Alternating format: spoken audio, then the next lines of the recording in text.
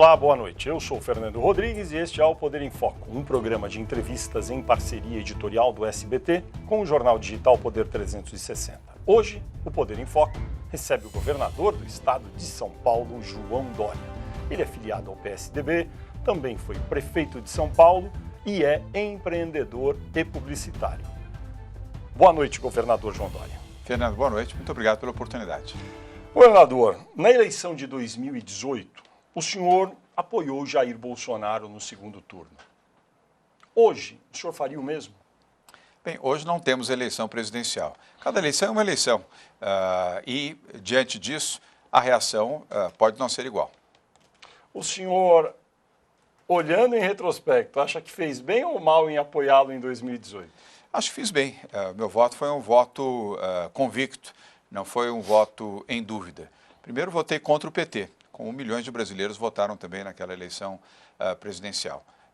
Eu não voto nulo e não voto em branco. Isso também por definição, jamais votei e espero jamais ter que viver a circunstância de votar em branco ou votar nulo.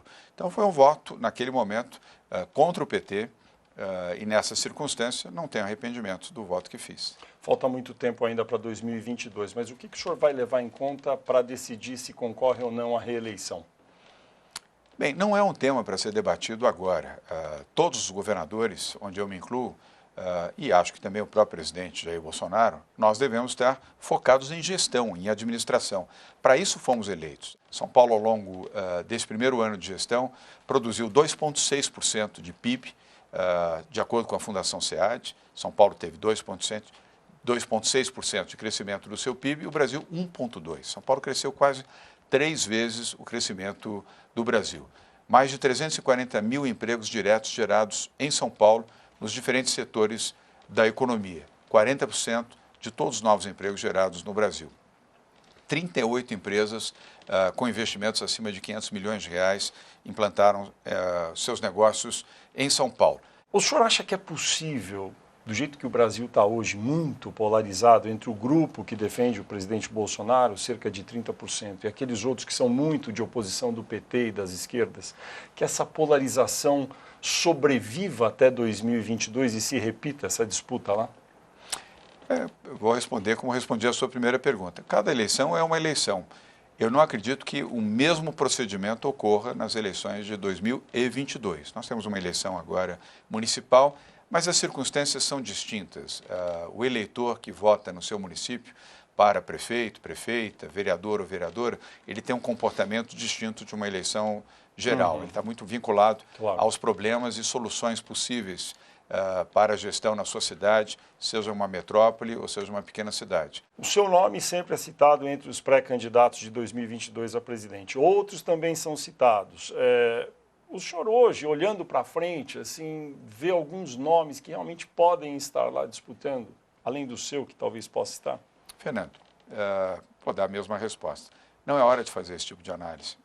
Eu e todos os demais que estão em função executiva, evidentemente, há pessoas que poderão vir a disputar uma eleição presidencial que não estão vinculadas ao governo. Tem muita conversa acontecendo sobre isso já. A conversa é parte da democracia, isso é natural.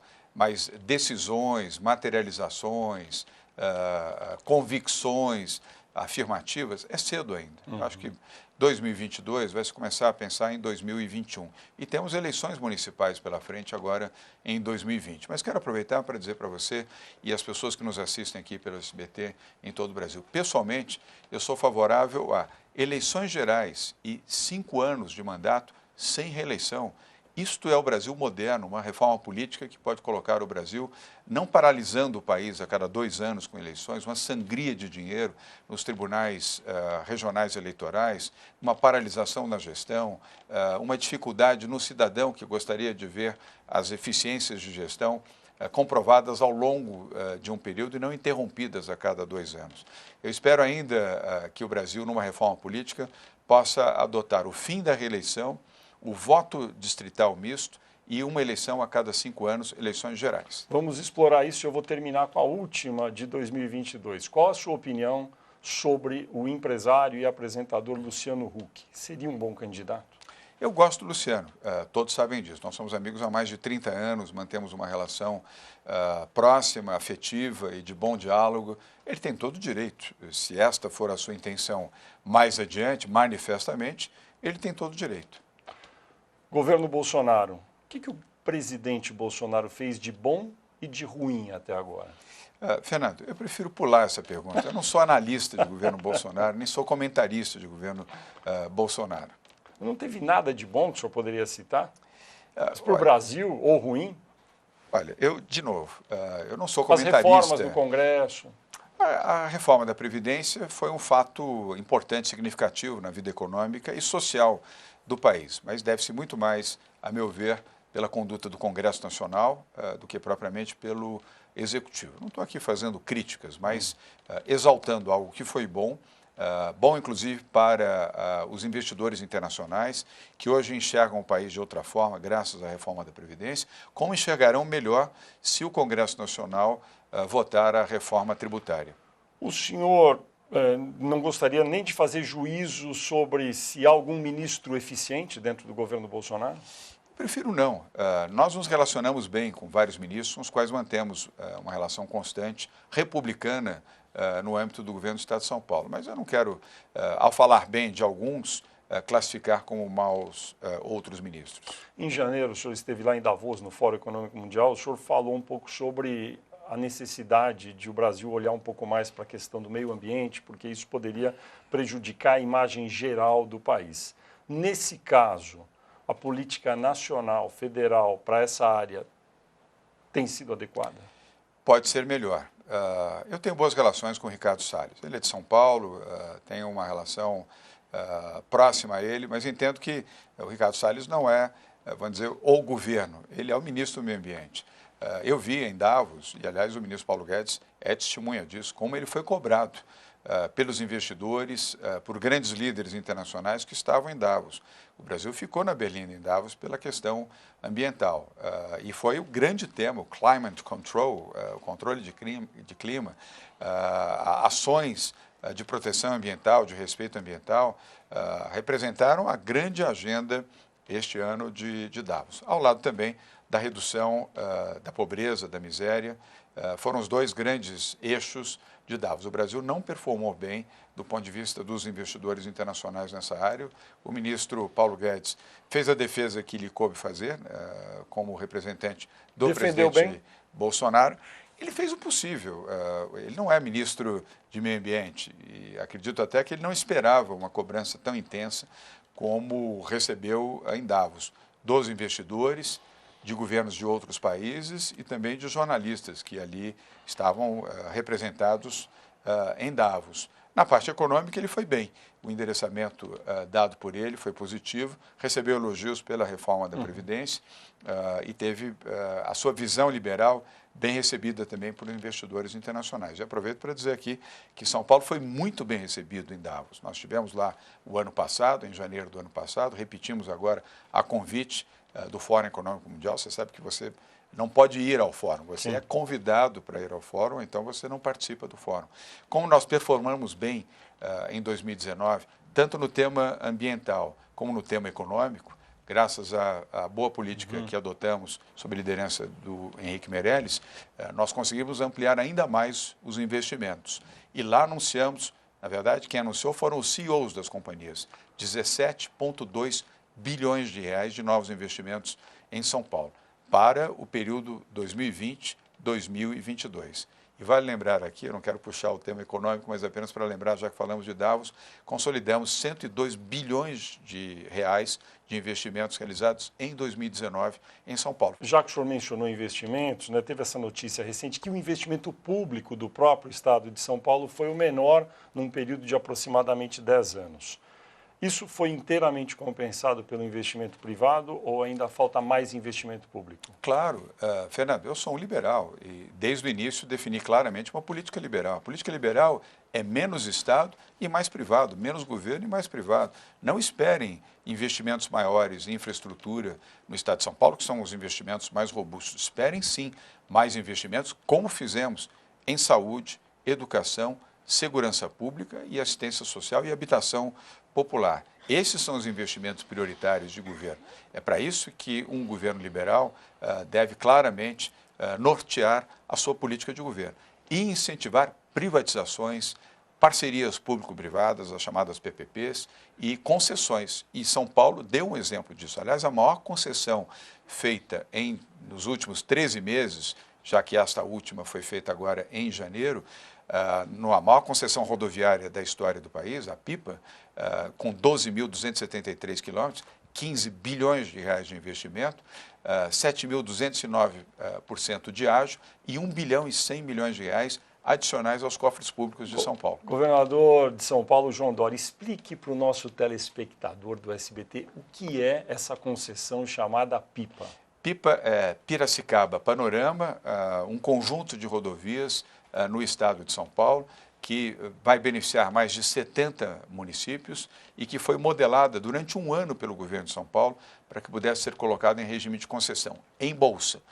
E foi a maior operação da bolsa até hoje, realizada no âmbito de concessões, sejam federais, sejam estaduais, e foi um bom exemplo de São Paulo de confiança nos marcos jurídicos do Estado, confiança na gestão econômica do Estado e também confiança no Brasil. São Paulo, vamos começar, a gente falou de Suíça. A Suíça tem neve eterna lá em algumas montanhas, é lindo. São Paulo tem um lugar que parece que tem uma obra eterna, governador, que é a Rodovia dos Tamoios, que liga lá capital até o litoral norte. Essa obra não acaba. Quando que ela vai acabar? Bom, ela está em curso. Mas está há muito tempo. Eu não posso responder pelo passado. Eu respondo pelo presente e pelos meus próximos 3 anos como governador. Eu não posso responder pelo passado, pelos governadores que já exerceram o seu mandato. No nosso mandato, a obra será concluída.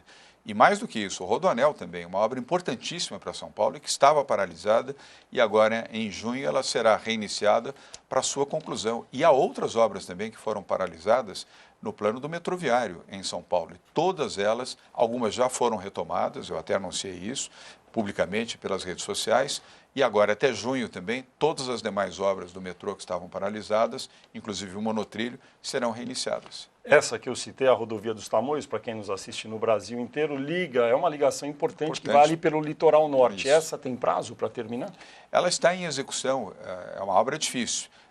O prazo será dentro da nossa gestão, até o final de 2022 ela deverá ser concluída. Há um porém que é importante ser colocado, que é a questão das intempéries.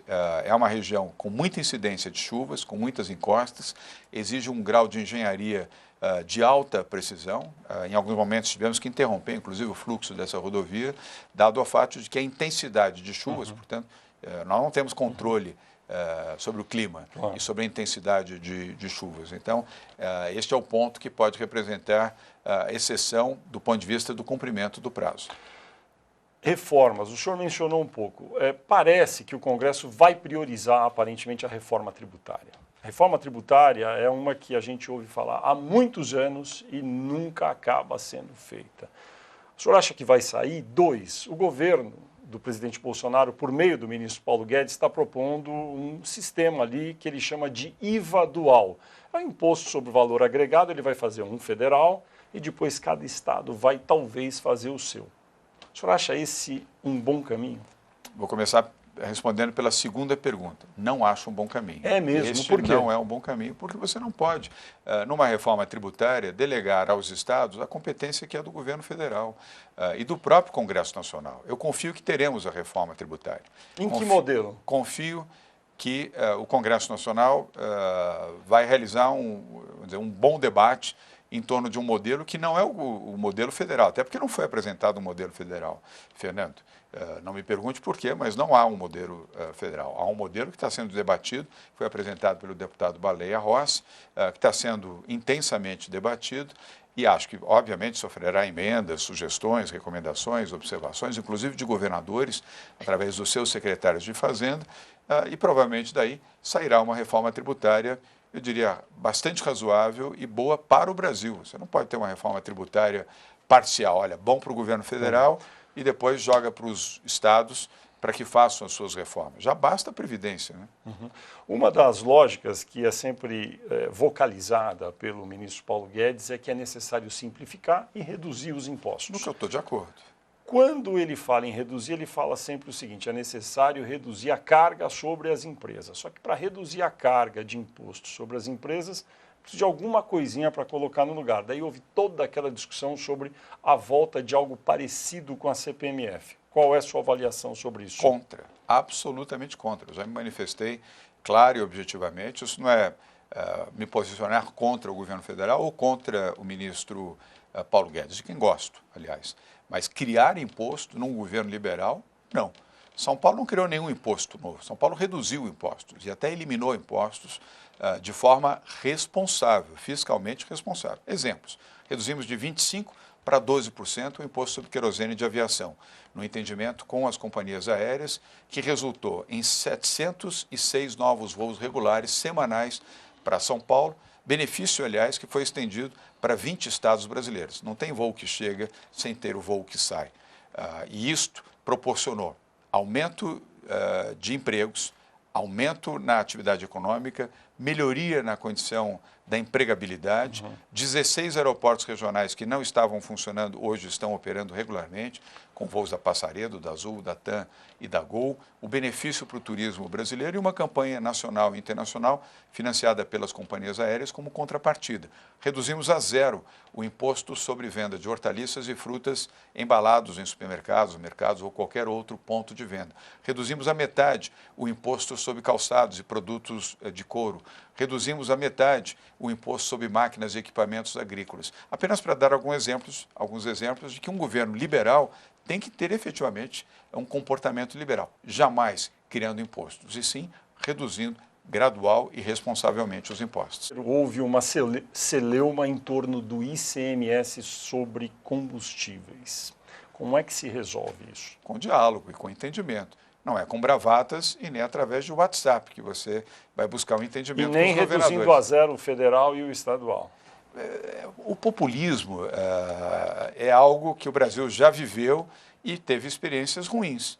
É só lembrar de Dilma Rousseff com o tema da energia elétrica. Aliás, exaltado e apoiado pelo Paulo Scaff em São Paulo, e deu no que deu. O Brasil ficou com uma marca negativa por ter rompido marcos regulatórios nesta área, afugentou investidores, colocou à ruína muitas empresas de distribuição de energia no país. Nós levamos quase 5 anos para recompor esse setor por uma medida populista que dizia que ia reduzir a conta da energia elétrica para a população. Não reduziu, maculou o setor e ainda inibiu novos investimentos nesta área. Governador João Dória, os partidos políticos neste ano de 2020 não poderão fazer coligações para eleger vereadores. Que efeito isso terá sobre os partidos e o senhor acha que essa foi uma boa medida? Bem, foi uma medida. Eu não quero julgar nem que ela foi boa nem que foi má, mas é uma medida, nós temos que obedecê-la. Os partidos lançarão seus próprios candidatos, isso vai aumentar, evidentemente, o número de candidatos. O número de candidatos em cada cidade e provavelmente também de vereadores. Está num processo democrático, eu não vejo em que isso possa dificultar ou prejudicar o interesse do eleitor ao fazer a sua escolha. Que faça a melhor escolha, evidentemente. O senhor acha que há uma tendência, por conta dessa nova regra, que o número de partidos possa se reduzir? Não para essa eleição. Para o futuro, talvez sim. Eu diria até, recomendavelmente, sim. Menos partidos, mais robustos, mais, eu diria, comprometidos com as causas do interesse popular. Volto a defender aqui o voto distrital misto e eleições a cada 5 anos, eleições gerais e sem direito à reeleição. Muito difícil aprovar tudo isso, a gente sabe. Tem algumas propostas sobre isso lá no Congresso. Agora, tem algumas que têm sido muito faladas ultimamente, que seria um gesto da política para a população entender que os políticos estavam fazendo alguma concessão. 2, reduzir o número de deputados e senadores um pouquinho. 2, cidades com menos de 5 mil habitantes, que não têm receita, praticamente não têm, que sejam incorporadas a municípios maiores. Seriam 2 gestos que nem economizariam tanto dinheiro, mas que a população entenderia. O senhor gosta dessas 2 ideias? Não é questão de gostar, é muito difícil que elas sejam implementadas. É verdade. E olha que eu sou um governador ousado e uma pessoa que gosta de bons desafios e enfrenta os desafios. Eu não fujo deles.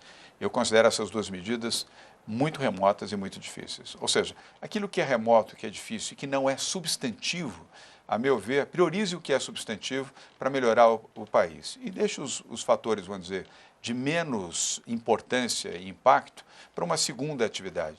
Estabelecer prioridades melhora a sua condição de vitória e de indicadores também. Mas, por exemplo, o senhor citou algo que também, se não inexequível, é muito difícil, que é o voto distrital. O voto distrital, quando é adotado em todos os países, ele tem distritos com o mesmo número de eleitores.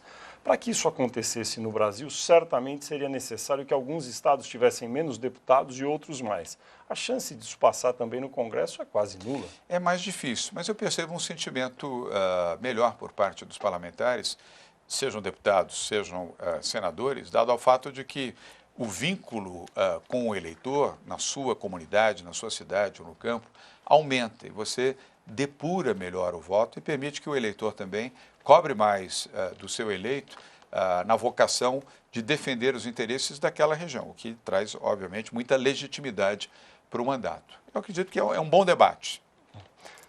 O seu partido foi responsável pelo maior patrocínio do instrumento da reeleição. O senhor é contra a reeleição. Foi lá atrás, em 1997, quando a emenda foi aprovada num processo muito controverso. O PSDB errou naquela época? Bem, eu não sou capaz de avaliar aquele momento, naquela instância, no governo Fernando Henrique Cardoso. Sem contestar as suas colocações, que são corretas, aliás, são históricas, mas eu, pessoalmente, sou contra. Primeiro, defini que eu não disputo reeleição, já não disputaria na prefeitura, não vou disputar no governo do Estado, por ser contra. Não vai disputar para o governo de São Paulo? Reeleição, em hipótese alguma, eu sou contra, eu não acho um procedimento adequado do ponto de vista de gestão, não estou dizendo que ele é antidemocrático. Ele não é antidemocrático. Aliás, ele é constitucional nesse momento. E a maior democracia do mundo, que são os Estados Unidos, tem reeleição. Permitem. Mas aqui no Brasil, você é um bom analista e tem a história política na sua mente.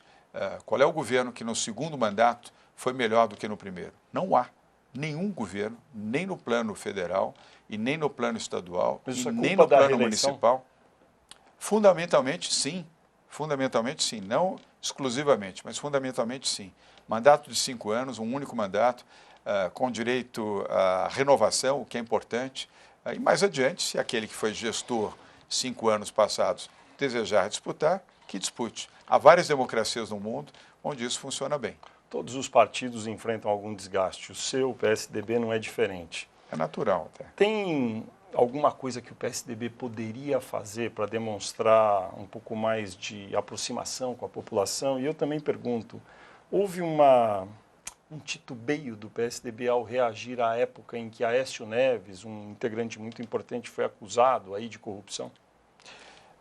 Eu não sou juiz do PSDB, nem juiz de Aécio Neves. Eu preferiria que Aécio Neves tivesse pedido licença do PSDB, confiando no seu julgamento, na sua inocência e confiando na justiça. Mas ele não pediu. Deveria ter pedido, a meu ver. Eu não sou capaz, evidentemente, de fazer juízo se ele é inocente ou se é culpado. Nem nos cabe, nem ao partido e muito menos a mim. Justiça existe para isso, mas considero um erro que alguém que disputou a presidência da República, foi presidente do PSDB, não tenha tido a grandeza de se licenciar, acreditando na sua inocência e acreditando na justiça. Para, feito o juízo pela justiça e garantido a sua inocência, voltar ao PSDB. Uma vez que ele não tenha feito isso, não seria melhor o PSDB tomar a iniciativa e impor a ele uma licença? Essa visão não foi a visão adotada pelo PSDB. Foi a visão de que ele deveria ter tido esse gesto, essa grandeza. Já que não teve, gradualmente a sua força, a sua representatividade vai diminuir. O julgamento disso é da população. Por isso que a democracia é bonita, Fernando, porque quem faz o juízo final não somos nós que estamos na política, são os eleitores. Mas o fato de o PSDB não ter tomado essa atitude um pouco mais incisiva com Aécio Neves não acabou prejudicando a imagem do partido? Sob certo aspecto, sim. Eu me excluo desse processo porque eu sempre defendi que Aécio Neves, repito, se licenciasse do PSDB. Venci 2 eleições mesmo com Aécio Neves e venceremos outras também, ainda que com esse fardo, com esse peso. O PSDB é um partido para toda a vida para o senhor? Eu só tive um partido. E só terei um partido. Eu sou filiado ao PSDB desde 2001. A hipótese do senhor deixar partido? Nenhuma. Aliás, isso foi alentado várias vezes, quando quase me foi negado o direito, primeiro, de disputar a Prefeitura de São Paulo. E recebi convite de 8 partidos que desejavam que eu disputasse por outro partido para a Prefeitura de São Paulo em 2016. Eu disse, não, se eu tiver que disputar, vou disputar pelo PSDB, que é o partido ao qual estou filiado há mais de 15 anos. O PSDB tem uma certa renovação, tem alguns governadores novos aí, que não eram conhecidos nacionalmente, como o Eduardo Leite, do Rio Grande do Sul. Essa safra nova seria um local, um ecossistema onde seria possível pescar alguém para ser candidato em 2022, como Eduardo Leite, do Rio Grande do Sul? Nós temos vários bons nomes no PSDB. O Eduardo é um bom nome, está fazendo um bom governo, apesar de toda a dificuldade fiscal que ele tem no seu estado.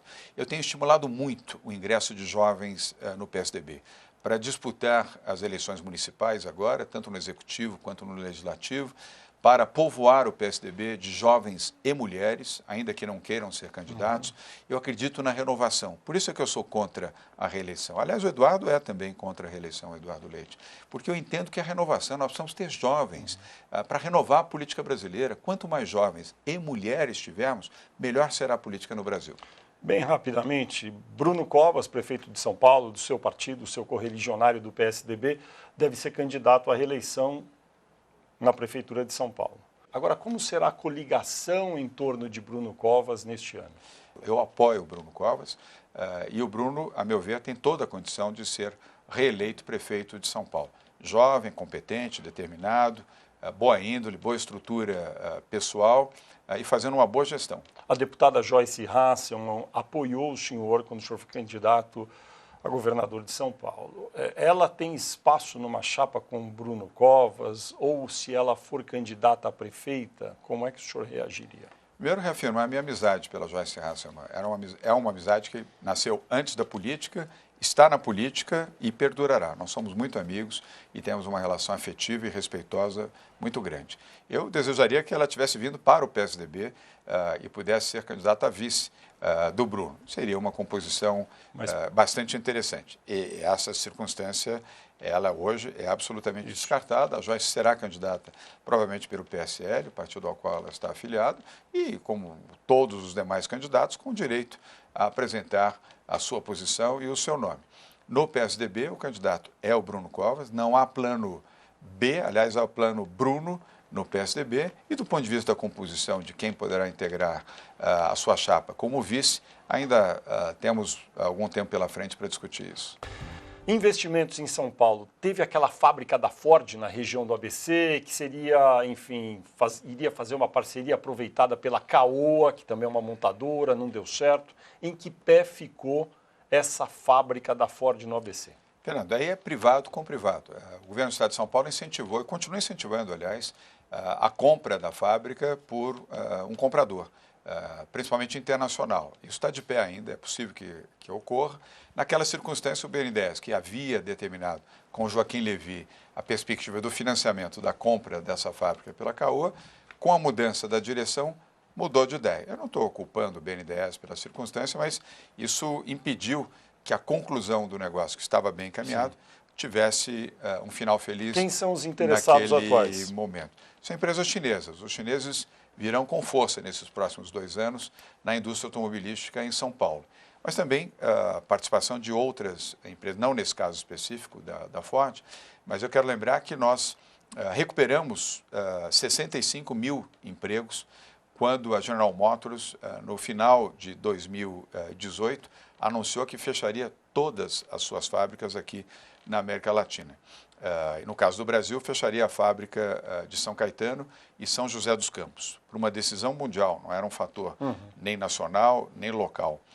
Nós revertemos esse processo dialogando com a fábrica, com os fornecedores, com os sindicatos, e a General Motors acabou anunciando novos 10 bilhões de investimentos e mais 1.200 novos empregos. E está cumprindo exatamente aquilo que estabeleceu. A China é o maior parceiro comercial do Estado de São Paulo, segundo os dados aí oficiais.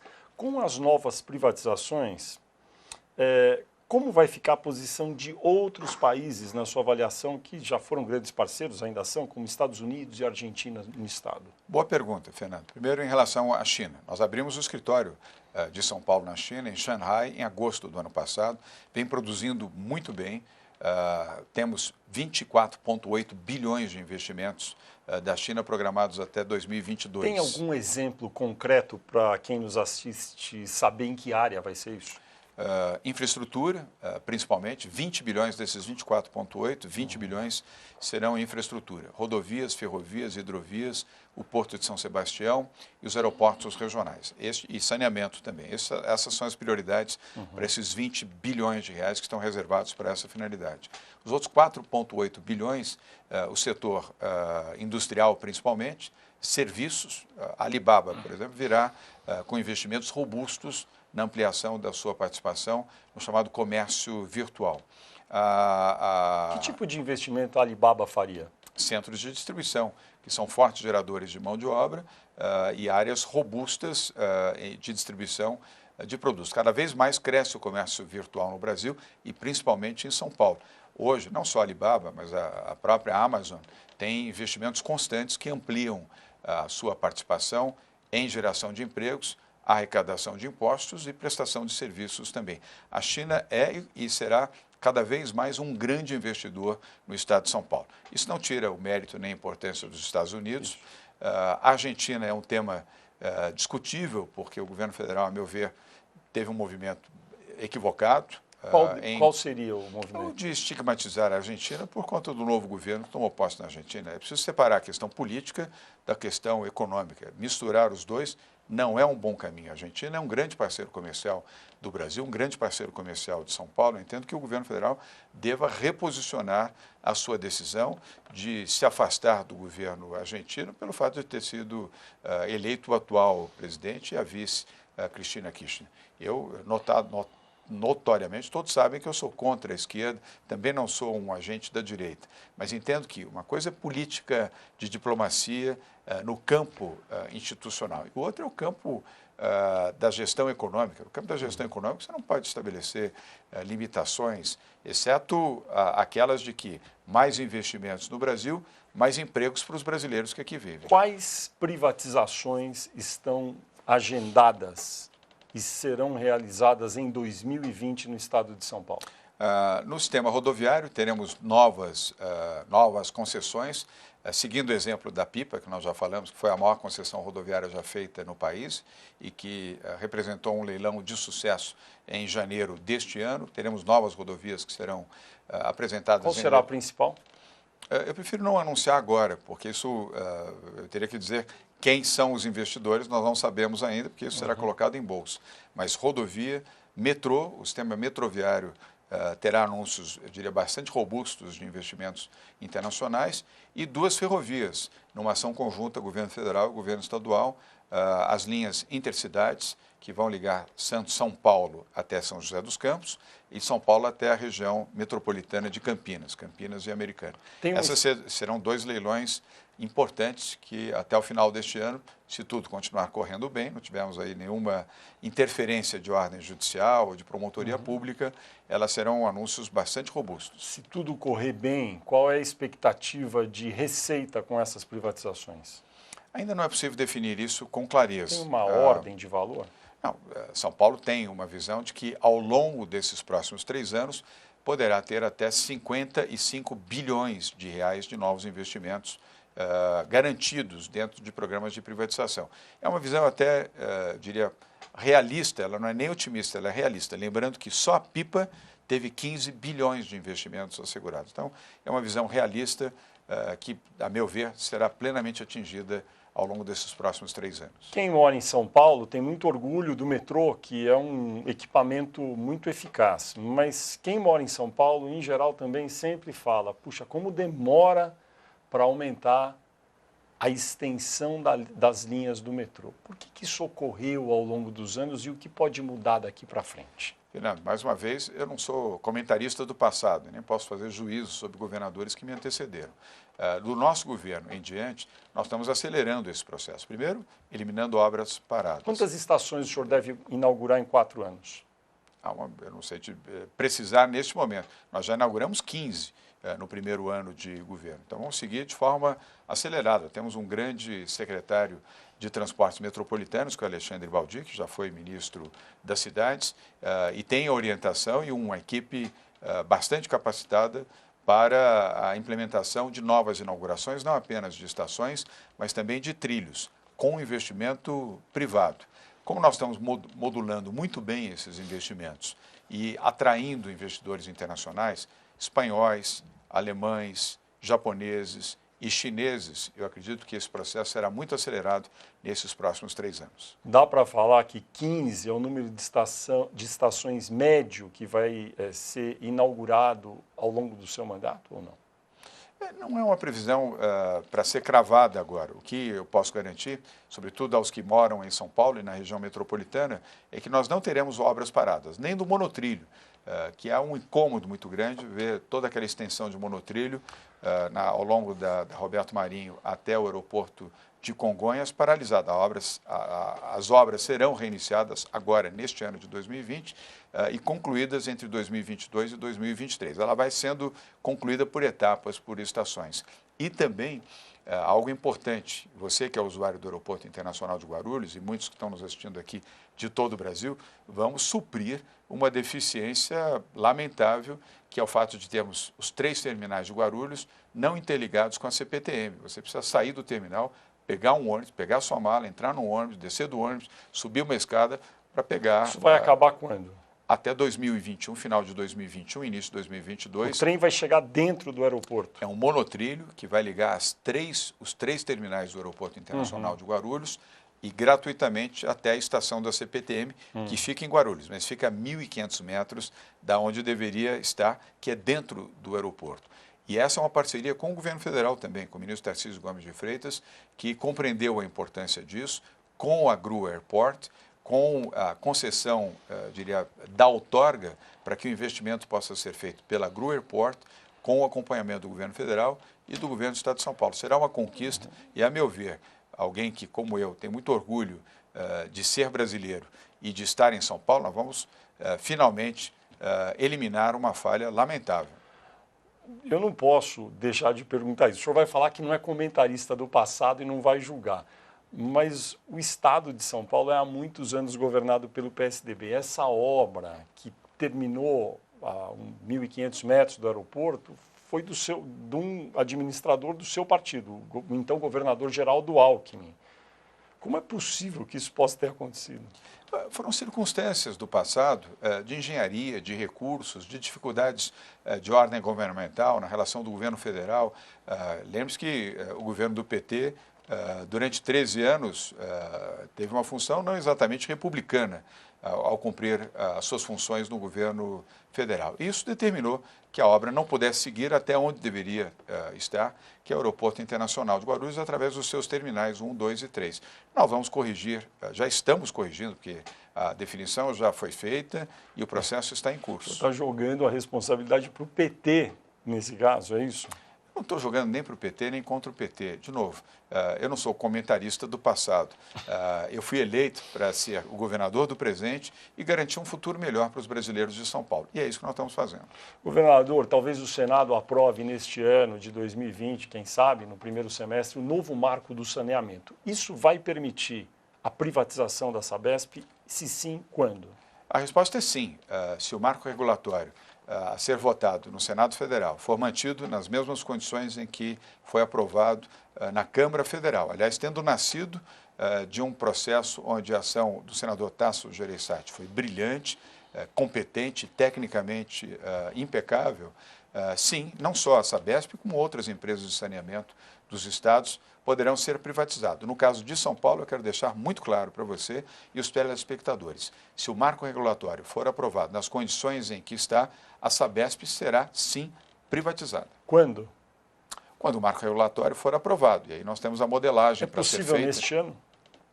É cedo para dizer. Vamos esperar primeiro o Congresso fazer a aprovação ao Senado Federal, para aí sim verificarmos em que condições. Eu lembro que a Sabesp é uma empresa de capital aberto, cotada em bolsa. É preciso ter muito cuidado com afirmações de prazos e valores, porque ela tem ações em bolsa, não só na Bolsa Brasileira, na B3, como também na Bolsa de Nova York. E sendo eu governador do Estado e o Estado ser majoritário nisso, não é prudente afirmações desse tipo. Não há problema em dizer que ela será sim privatizada. Já disse isso várias vezes, mantido o marco regulatório na forma em que ele está, nesse momento, sendo submetido ao Senado Federal. Quanto tempo demora para fazer um processo de modelagem? 1 ano, 6 meses, 1 ano e meio? No limite de 1 ano, eu acredito, dada a dimensão da Sabesp. Isso tem que ser feito com muito cuidado, com muito zelo, na proteção técnica daquilo que a Sabesp tem como imagem pública e também do seu corpo funcional. A Sabesp é uma empresa altamente eficiente. Governador, os hospitais do estado de São Paulo estão preparados caso o surto de coronavírus chegue ao Brasil e a São Paulo? Estão preparados, sim. O secretário José Henrique Guerra, que é o secretário da Saúde, junto com o ministro Mandetta, o ministro da Saúde, estabeleceram um programa de contingenciamento, preparo e orientação para os hospitais públicos e estaduais e também os hospitais públicos no município de São Paulo. O secretário Edson Aparecido, que é o secretário municipal de Saúde, e Bruno Covas, como prefeito, também participam desse programa, a preparo, a orientação, com toda a segurança para os brasileiros que eventualmente tiverem necessidade. Mas eu confio que o problema do coronavírus está caminhando mais para o controle do que para o descontrole no âmbito do seu eixo, do seu epicentro, que é a China. Metade dos estados americanos, cerca de 25 estados, já liberaram alguma forma de uso da maconha. Alguns países também já fizeram isso, Itália, Portugal, Uruguai. O senhor tem algum juízo a respeito dessa política que está sendo adotada sobre o uso da maconha para fins recreativos ou medicinal? Eu gosto do Fernando porque ele deixa as piores perguntas para o final. Para efeito medicinal, isso já está regulamentado no Brasil. Portanto, mas o Brasil tem que importar, não pode plantar. A decisão atual que protege o uso medicinal da maconha está funcionando bem e atende à necessidade, até onde sei, daqueles que podem ser beneficiados pelo uso medicinal e tecnicamente recomendável. Para efeito recreativo, sou absolutamente contra. Mas o senhor sabe, o senhor que é um liberal, que o mercado da venda desses produtos para uso medicinal é de bilhões de dólares. Ao não produzir o insumo aqui no Brasil, o Brasil abre mão desse mercado. Bem, de novo, vamos por etapas. Houve uma liberação para que, do ponto de vista medicinal e com a aprovação da Anvisa, esses medicamentos pudessem ser disponibilizados por recomendação médica a quem precisa. O plantio da maconha, do ponto de vista de controle, envolve riscos, riscos claros de um uso inadequado, de facções criminosas tomando conta desse processo e, ao invés de produzir para o bem, produzir para o mal. Já que o senhor falou de facções criminosas, presídios. É uma discussão enorme no mundo. Tem alguns países que estão recuando da privatização de presídios. Em São Paulo, há um outro entendimento, a favor. Qual é a política para os nossos telespectadores entenderem sobre privatização de presídios em São Paulo? A favor, e estamos implementando, inclusive agora com autorização da Justiça também. Os países civilizados não estão recuando, estão ampliando os seus programas, aperfeiçoando e melhorando. Os Estados Unidos são exemplo disso, Inglaterra é um outro exemplo. O nosso secretário da administração penitenciária foi conhecer experiências bem-sucedidas na Inglaterra, nos Estados Unidos, como também na Alemanha, para a implantação de presídios em concessão, ou seja, presídios administrados pelo setor privado, com o sistema de controle policial dentro da atmosfera da Secretaria de Segurança Pública, com mais eficiência, com melhores resultados e custos inferiores para o contribuinte. Além do que, a população penitenciária vem aumentando em São Paulo. E por quê? Nós estamos prendendo mais. A política de segurança pública em São Paulo tem sido exitosa. Nós temos hoje os menores índices, os menores indicadores do país e da América Latina também. Há presídios privados em São Paulo hoje? Quantos são ou quantos haverá? Teremos 4 já autorizados pela Justiça e que serão implementados e apresentados para concessão neste primeiro semestre Quantos de detentos? 2020. São Paulo já tem uma população de mais de 125 mil detentos e vem crescendo exponencialmente, porque a orientação para a Polícia de São Paulo, Fernando, é prender, não é facilitar a vida de bandido, nem bandidinho, nem bandido, nem bandidão.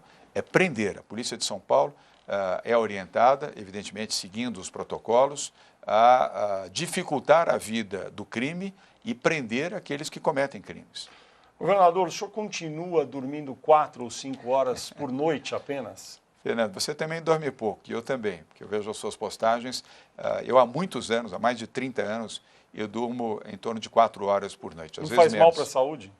Até agora não fez. Eu estou com 62 anos, com uma disposição bastante grande, faço ginástica, faço exercício, me alimento bem, sou um entusiasta daquilo que faço, trabalho de graça, você sabe que eu não recebo salário como governador, eu dou os meus salários para instituições do terceiro setor, vivo com saúde e vivo bem. Se há alguma conta a ser cobrada da minha saúde, graças a Deus, até agora, não me foi cobrado. Vou continuar dormindo 4 horas por noite. Governador João Dória, do Estado de São Paulo, muito obrigado por sua presença aqui no Poder em Foco, aqui no SBT, numa parceria com o Poder 360. Fernando, muito obrigado a você, obrigado aos telespectadores do SBT, obrigado pela sua conduta também como jornalista, sou seu admirador já de muito tempo, fico muito feliz de ter tido a oportunidade de participar aqui do seu programa. Muito obrigado e eu agradeço também a você, telespectador, que acompanhou o programa até aqui. Eu aproveito para lembrar que você pode assistir a esta entrevista nos canais do SBT Jornalismo e do Poder 360 no YouTube. No próximo domingo, logo após o programa Silvio Santos, tem mais um Poder em Foco, sempre conversando com personalidades do ambiente do poder. Eu espero vocês aqui. Uma boa semana a todos.